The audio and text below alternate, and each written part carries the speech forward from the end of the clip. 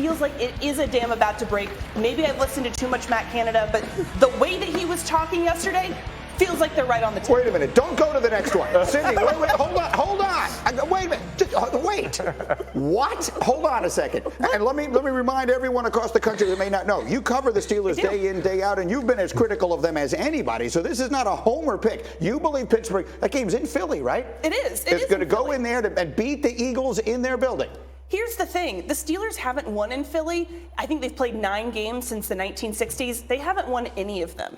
It feels like this is one of those fluky things that could happen. And honestly, look at the defense. They nearly got 4 interceptions off Tua last week. They didn't come down with any of them. That is an issue. If they can hang on to these balls, I think that it's going to be a lot closer, and I think that they could sneak out of there with an upset. Let me ask my favorite Steeler real quick. What do you think? RC. What do you think? You picked him last week. See, can they do it? Huh? Greeny, can't hear you, Greeny. Greeny. Yeah. My Wi-Fi is going out. Listen, I picked the Steelers last week, and it's for many of the reasons that you hear Brooke saying that she thinks they have an opportunity this week. I think the defense has been better. The adjustments by Coach Austin has been good. But when you look at the Philadelphia Eagles and the way that they play football, the way that they're able to run the football, the RPO game, getting into the pass, and also the quick passes, getting the ball out of Jalen Hurts' hands, and what they can do rushing the passer in on the back end, I think that this Philadelphia Eagles team as a whole is just a little too much for the Pittsburgh Steelers. We'll see. But I like the way she's thinking, and I'll be thinking of you.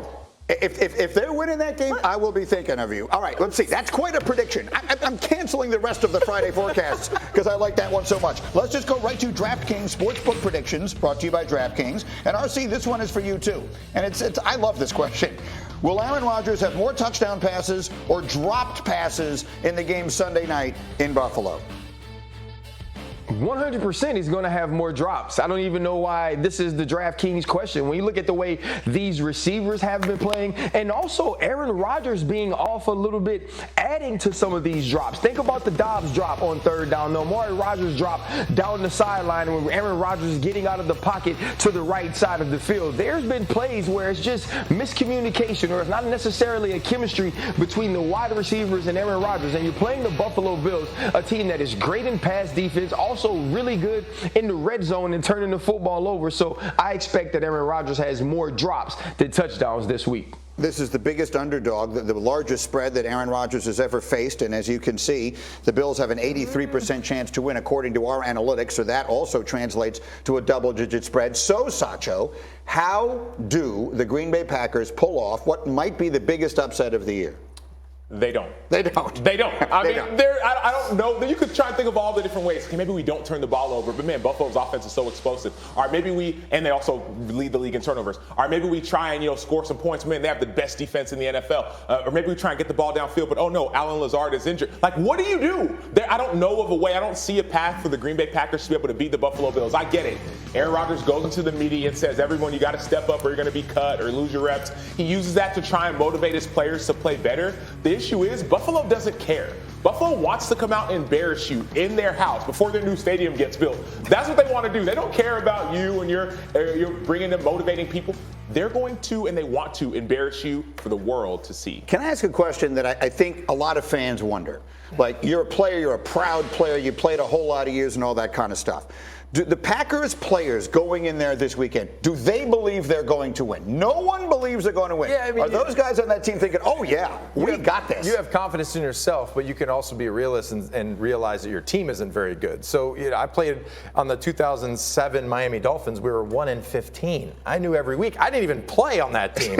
I was literally on the active roster. They wouldn't even give me an opportunity to play. I would ask, hey, can I get on the field? They're like, no, we got the best guys out here on the field. I'm like, we're 0-10. What are you talking about? We're 0-10. There's no chance of us winning. Thank you, Cam Camarillo, for catching a slant against the Ravens and winning. So I didn't go down in history and one of the worst teams in history. So again, you have to be a realist. You have to be honest with yourself. And as a player, you're trying, in these positions, in these moments, you're trying to do your best to try and maximize your earning ability as a football player and make money. You're trying to make a ton of money.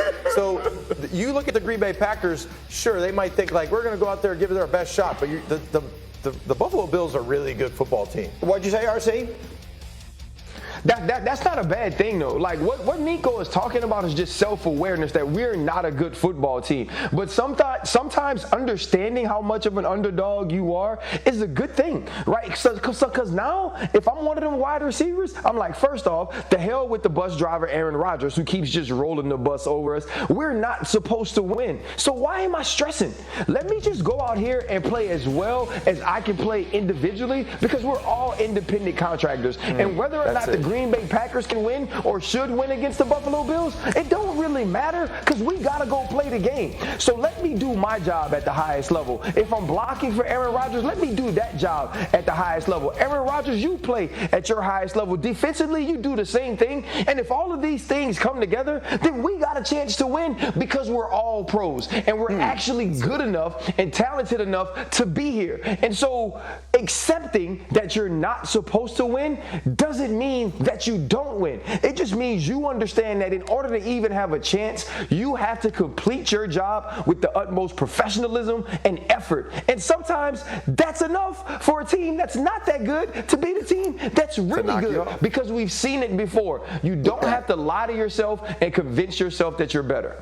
Let me put the picks up on the screen real quick. Brooke, again, you are a writer. Write me the lead. With that, they're still going to lose, though. Monday morning, yeah, they're going to lose. None of us think they're going to win. Real quick, what is the lead Monday morning if Green Bay won this game? What will the lead be? The lead is Sam Acho didn't believe in us, and look at us now. I mean, look, I think that maybe I was drinking ayahuasca, maybe I was reading Ayn Rand, and I'm a free thinker now, but I think that maybe, like, if the Packers run the ball, which they haven't done all season, but if they commit to that, and if they can play good defense, which they also haven't done.